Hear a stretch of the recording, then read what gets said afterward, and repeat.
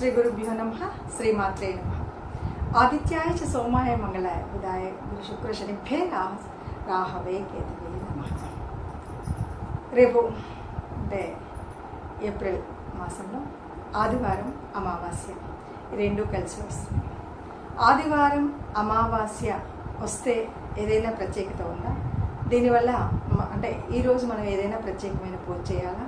దీనివల్ల ఏదైనా ఉపయోగం ఉందా అని అడిగితే, సహజంగా మనకు కొన్ని ప్రత్యేకమైన అంటే అమావాస్య ఆదివారంతో కలిసిన, సోమవారంతో కలిసిన, మంగళవారం కలిసి ఆదివారం ఆది సోమ మంగళవారాలతో కలిసినటువంటి అమావాస్య వస్తే దానికి కొంచెం ప్రత్యేకత ఉన్నట్టే లెక్క.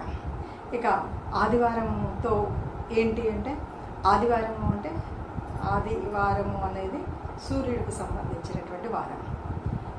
అలాగే అమావాస్య కూడా సూర్యుడికి సంబంధించినటువంటిది. సూర్యుడు అంటే ప్రత్యక్ష భగవానుడు. ప్రత్యక్ష భగవానుడు మనకి ఏ రకంగా మనకు అంటే చైతన్యాన్ని నింపడానికి ఆత్మకారకుడైనటువంటి ఆ సూర్యుడు వల్ల ఆరోగ్యము ప్రాప్తిస్తుంది. అలాంటిది. ఇంకా అంతేకాకుండా మనకు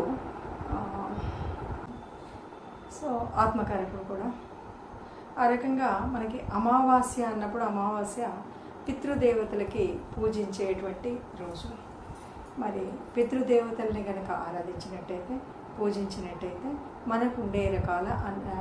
మనకున్నటువంటి అనేక రకాలైన పితృదోషాలు పోతాయి.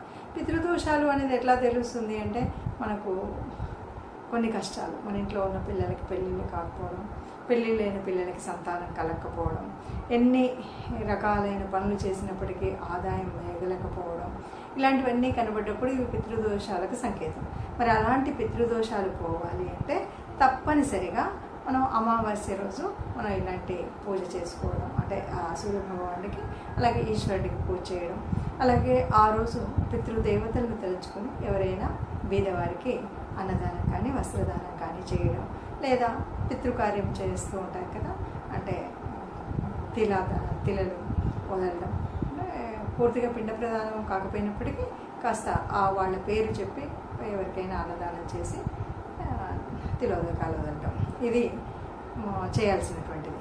కాబట్టి ఇప్పుడు అందులో ఆదివారం వచ్చింది అంటే, ఆదివారము అది పితృకారత్వానికి చెప్పేటువంటి రవి కారకుడు కాబట్టి ఇంకా మంచిది అని. అంటే మన ఇంట్లో ఉన్న ఏ రకమైన పితృదోషాలైనా ఉంటే అవి పోవడానికి రేపు వచ్చేటువంటి ఆదివారంతో కూడిన అమావాస్య రోజు కనుక మనం పితృదేవతలకు సంబంధించినటువంటి పూజ చేయడం, ఎవరైనా బీదవారికి కాస్త అన్నదానం చేయడం, లేదా వస్త్రదానం చేయడం, ఇవి చేయడం. అలాగే మనం ఏ పూజ చేసినా ఉదయం మామూలుగా నిత్య పూజ చేస్తాం కాబట్టి నిత్య పూజతో పాటు ప్రత్యేకించి నైమిత్తికంగా శివ ఆరాధన చేయడం కానీ, లేదు అమ్మవారి ఆరాధన చేయడం కానీ చేస్తూ మనం ఈరోజు మధ్యాహ్నం వేళ, ముఖ్యంగా మధ్యాహ్నం వేళ పితృకార్యం కనుక చేసినట్టయితే చాలా ఆనందదాయకంగా, సుఖంగా, ఆనందంగా ఉంటాం. మనకు ఉన్నటువంటి దోషాలు పోతాయి. కాబట్టి ఇది ఎక్కువ దూరం లేదు, రేపే మనకి అమావాస్య ఆదివారం కలిసి ఉంది కాబట్టి ఈ అవకాశాన్ని వినియోగించుకోండి.